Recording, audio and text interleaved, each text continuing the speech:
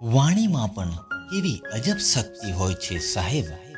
કડવું બોલનારનું મધ વેચાતું નથી અને મીઠું બોલનારના મરચા પણ વેચાઈ જાય છે.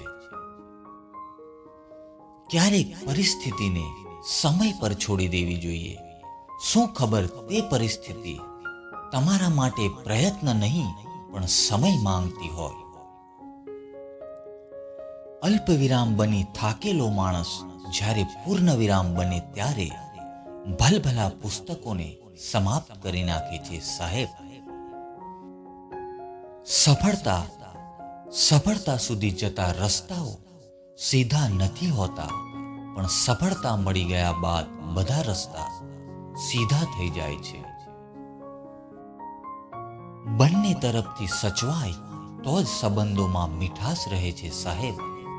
એક તરફથી શેકો તો રોટલી પણ બળી જાય છે. ખોટા રસ્તે જેટલા પણ આગળ વધશો તેટલો જ પાછા વળવાનો રસ્તો લાંબો થતો જશે. બનવું હોય તો જિંદગીના છેલ્લા પાના જેવા બનજો સાહેબ. કોઈ ઉથલાવી ના શકે અને કોઈ ફેરવી પણ ના શકે. દુઃખ નથી વધ્યું પણ સહન શક્તિ ઘટી ગઈ છે. મોંઘવારી નથી વધી પણ આપણા મોજ શોખ વધી ગયા છે. આજનું કામ આજે પતાવવાથી તમે એ લોકોથી આગળ નીકળી જશો જે લોકો કાલના ભરોસે બેઠા છે.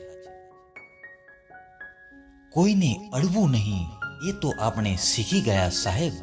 હવે બસ કોઈને નડવું નહીં એટલું જ શીખવાનું બાકી રહ્યું છે.